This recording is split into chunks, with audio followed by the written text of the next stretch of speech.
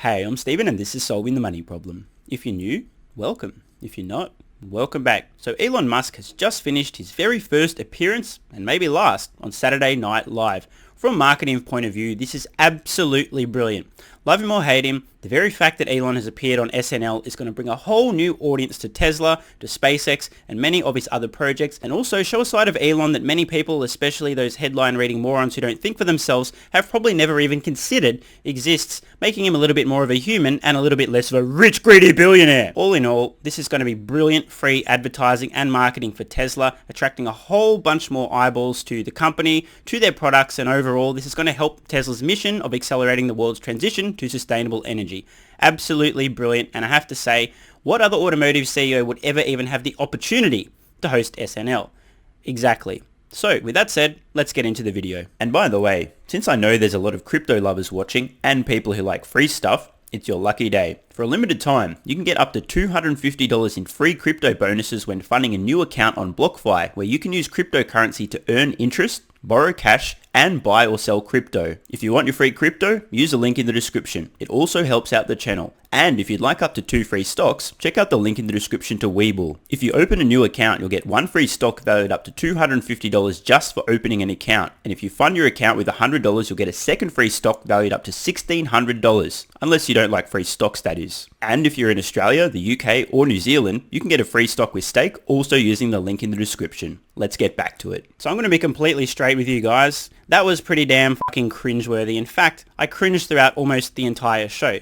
But that was a promise that Elon made in his opening monologue. He told us there'd be plenty of cringe, and boy oh boy did the show deliver. It was kind of painful to watch. However, there was also some very interesting and kind of funny moments here and there. So let's explore some of those now. In Elon's opening monologue, which was definitely one of the better parts of the show, he came out swinging hard, outing himself as autistic as fuck. We all knew this, but it's nice to have some confirmation. In fact, you guys will know I'm a weirdo. I'm also on the spectrum. And if you've read my Twitter profile, let's have a look at what's been on there for the last year and a half. Gateway drug to Tesla, also an Aspie. So shout out to all my fellow autists. Let me know in the comments below if you're on the spectrum. And by the way, I'm just going to tell you guys now, a lot of you who aren't diagnosed are autistic. You don't realize it yet. But think about this. You're interested in engineering, you're interested in investing and in numbers, you're interested in Tesla. There's a pretty good chance that we have a disproportionately large number of autists watching this channel. So if you're curious, check out the Autism Quotient quiz online, see if you might be on the spectrum. It's useful to know. One of the more interesting skits was Elon Musk dressed up as this clown with the blonde hair, the strange glasses, and the black turtleneck sweater, spouting a very interesting European-esque accent. And I immediately was struck. I thought, you know what, this cannot possibly be a coincidence. Now, I'm going to leave it up to you guys at home. You can decide whether or not this is a coincidence or there's something more to it. But for those of you who are familiar with Henrik Fisker, you may understand why I'm thinking, you know what, this cannot possibly be a coincidence. Don't know who the guy is? Google him. Have a listen to how he sounds when he talks, and you might think to yourself, you know what, Steven might be onto something here. I thought this was funny. It might have been a cheeky go at Henrik, but I could be wrong here. Just wanted to point it out anyway. And surprise, surprise, the Doge father himself also had multiple opportunities to discuss Dogecoin, including in the opening monologue and in a news piece where he was there as a financial expert explaining exactly what Dogecoin is or isn't. And as I was watching this, I paid attention to the price of Dogecoin.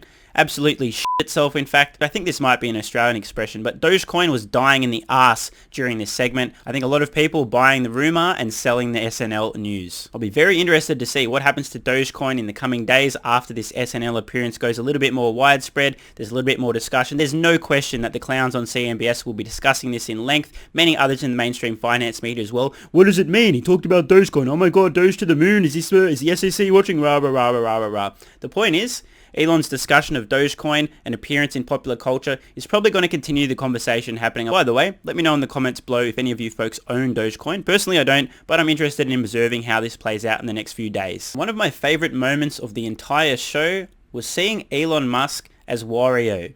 Not because of the skit itself, but because of some of the content that occurred. It was nice to see a guest appearance from Princess Peach, aka Grimes, and call me immature, but this text message just got me.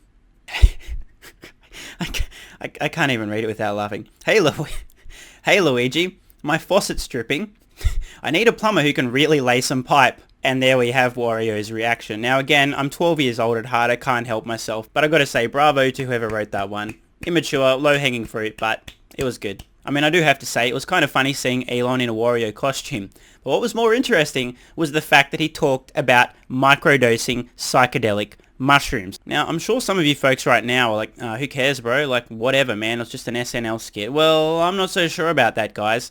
Regular viewers of the channel, in fact, the OGs of the channel, may recall the very first video I ever posted was entitled Elon Musk's Psychedelic Secret. In fact, it literally has the word mushrooms in the thumbnail. I'm telling you guys, one day Elon is just going to come out and say it. But until then, you guys will just have to watch my hypothesis from about a year and a half ago, explaining why I personally believe that Elon Musk trips serious balls. You don't want to watch this video? Skip ahead about 4 minutes and 20 seconds.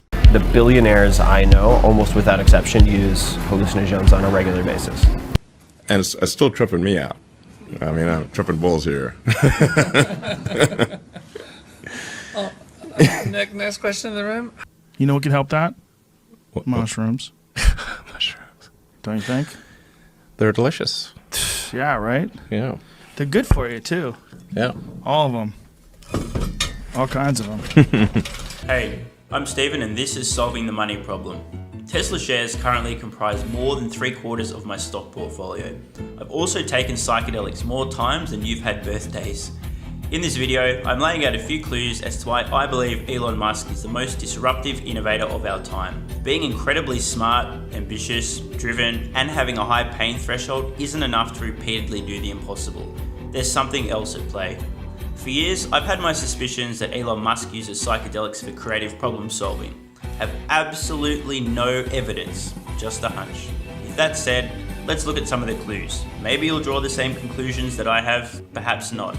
Elon Musk has been a regular attendee of the Burning Man festival since the early 2000s and has stated that, quote, Burning Man is Silicon Valley.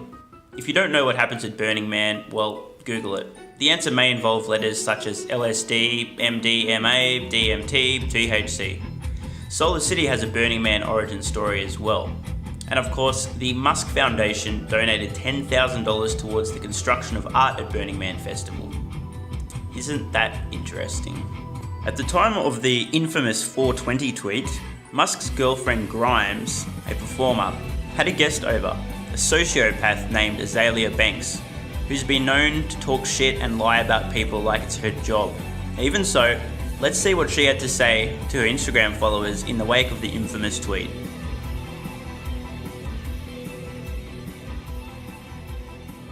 DMT is the world's most powerful psychedelic. I've smoked it and been blasted into other dimensions, and I've drank it in an ayahuasca brew and had transformative insights. For most people who've ever smoked DMT, this tweet should be intuitive and self-explanatory.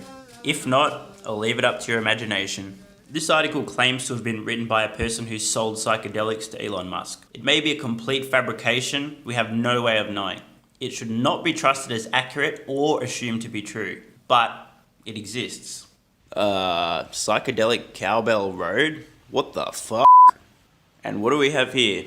A tweet from Elon Musk suggesting that LSD may provide insights. The skies are polluted. The world is addicted to oil. But we're here to offer a solution. The Cybertruck.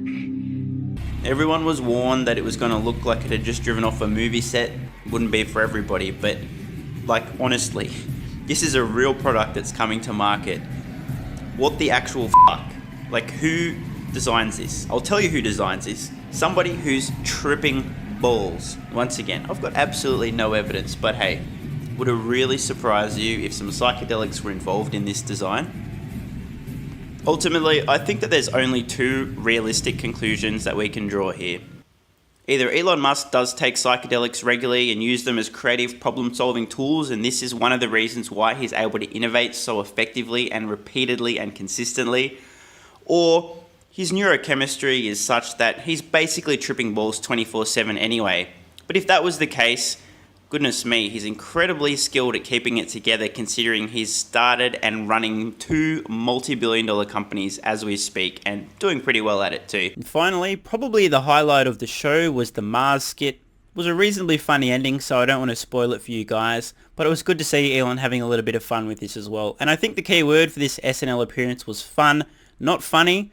I mean, yeah, it did have a few moments, but if I'm being honest, like I said, it was like 99% cringe, 1% laugh, which is a little bit better than a typical SNL episode, which is usually about 100 to 0. Let me know your thoughts below. Did you actually find this stuff funny? Did you find it hilarious? Did you cringe your way through it? Were there some funny moments there? What was your favourite skit? And also, do you think that Elon Musk and SNL have just broken the internet? I have a funny feeling on Monday the entire world will be talking about this performance and all eyes on Elon Musk and Tesla. And as a Tesla stock investor, this matters. I'm Stephen Mark Ryan. This is Solving the Money Problem, and I love you all.